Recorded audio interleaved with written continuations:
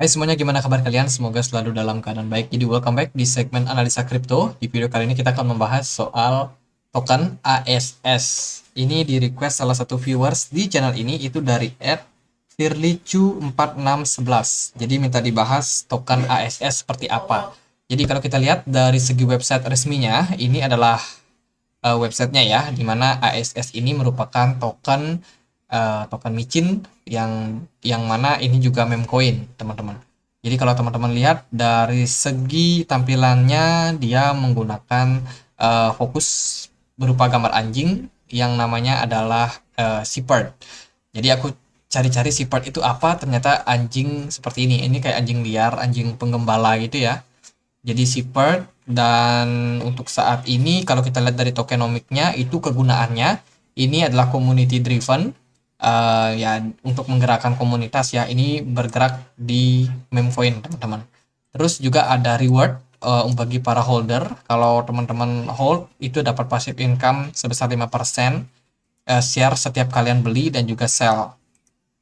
Terus juga ada setiap kalian trade itu akan berkontribusi 5% untuk dilakukan di lock ya, di lock di dalam PancakeSwap. Jadi itu adalah beberapa kegunaan. Terus dari white papernya ini oke.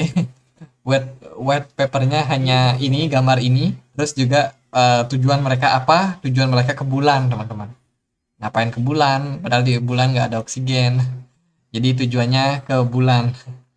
Oke, jadi ini adalah meme coin, so jangan terlalu diambil pusing, jangan terlalu diambil serius, karena yang namanya meme coin biasanya memang buat lucu-lucuan aja. Lalu gimana untuk, oh oke, ini website terbaru ya by the way. Kalau kita lihat dari data CMC, bukan ini.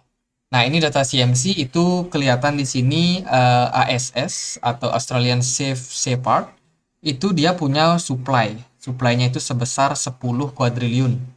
10.000 triliun ya teman-teman. Kalau dilihat dari data CMC, hanya saja aku melakukan riset kecil-kecilan, aku cek di Etherscan, itu ternyata jumlah token yang beredar atau supply-nya itu sekitar 1 kuadriliun saja atau 1000 triliun. Jadi beda ya, beda, ada selisih 10.000, ada selisih 9.000 lah. Nah, data ini memang tidak di-verify oleh pihak dari CMC sendiri. Ini ada warningnya. Jadi nggak menjamin supply tersebut memang beneran, teman-teman. Kalau dilihat dari informasi lebih lanjut ya nggak terlalu gimana-gimana, karena ini adalah meme coin ya. Lalu token ini bisa diperdagangkan di beberapa market, PancakeSwap, Get.io, Maxi, kemudian Hotbit juga. Itu beberapa market, dan selebihnya nggak terlalu banyak informasi. Nah, kita bisa cek holder mereka siapa aja. Di sini tercantum ada satu address wallet yang punya kepemilikan mayoritas sebesar 15%. Terus ada VB, aku nggak tahu ini VB siapa. Terus juga ada VB kedua, ini dia punya kepemilikan masing-masing 11 dan juga 10. Kemudian juga ada who.com, Polenix, Hotbit, cukup banyak ya, 5%. Maxi juga punya, Get.io, dan yang lainnya. Kalau menurutku kenapa exchange ini punya, kayaknya sih mereka memang sharing dari awal. Jadi ketika koin ini listing di beberapa exchange tersebut, ya kita kan lihat ini. Kayaknya ada beberapa koin yang memang di-sharingkan kepada mereka. Jadi ya itu adalah kepemilikan daripada koin ini buat para exchange yang mau ngelisting token ini.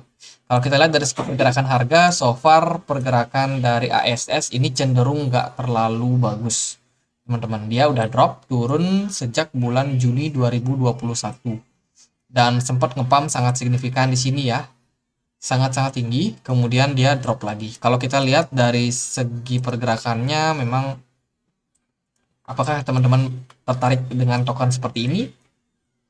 Oke, jadi pergerakannya cenderung ekstrim, naik bisa ngepump tinggi. Sekarang dia dalam kondisi yang nggak terlalu signifikan untuk kenaikannya. So far sih, kalau kita lihat dari polanya, ASS ini punya kecenderungan, yaitu dia selalu nyentuh yang namanya MA200.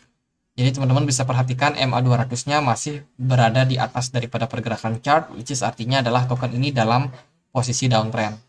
Kalau ini kita sambung lagi, mungkin posisinya akan seperti ini ya. MA200.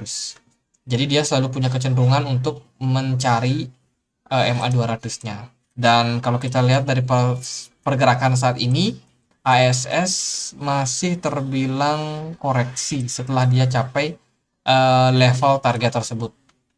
Nah, gimana nih? Apakah ini menarik? Again, ini adalah meme coin, teman-teman. Projectnya nggak karuan jelas, nggak jelas ya projectnya. Dia mau apa, dia mau gimana, kita nggak tahu. Siapa developernya juga di belakangnya, karena memang informasinya sangat terbatas.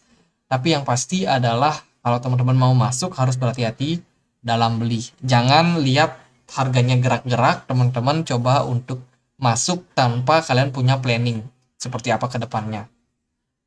Kalau dari segi fundamental, memang fundamentalnya nggak jelas ya.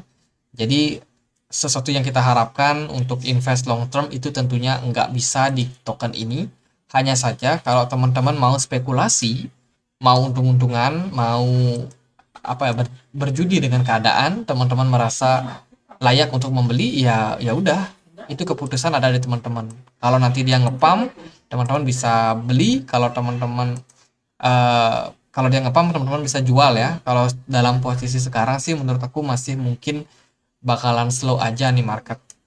Jadi sekarang kita lagi nunggu yang namanya FOMC meeting di hari Kamis nanti ya, hari Kamis tanggal 2 Februari. So untuk token ini tentunya mungkin akan mengalami gejolak. Let's say kalau Bitcoinnya drop, mungkin token ini akan berkena dampak juga. Meskipun dampaknya mungkin ya nggak terlalu gimana-gimana. Tapi yang pasti adalah dalam posisi harga sekarang, token ini udah lumayan terdiskon ya, terdiskon dan kepastiannya adalah tren penurunan. Jadi pasti turun. Kalau teman-teman mau masuk, silakan masuk. Selalu Dior ya, selalu riset sendiri. Tapi kalau bisa, aku sih nggak saranin.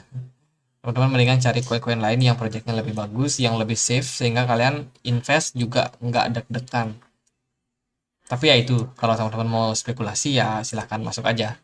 Jadi gitu aja buat project ini, aku nggak terlalu bisa untuk analisa ya secara pergerakan chart karena so far dia suka pump and dump. Ini yang punya tergantung wallet ini. Jadi ada beberapa bandar di sini. Jadi kalau mereka mau melakukan pump and dump ya gampang-gampang aja karena likuidasi market cenderung kecil, market cap-nya cenderung kecil. Mungkin ada teman-teman yang namanya tercantum di sini sebagai pemilik project ini. Kita nggak tahu.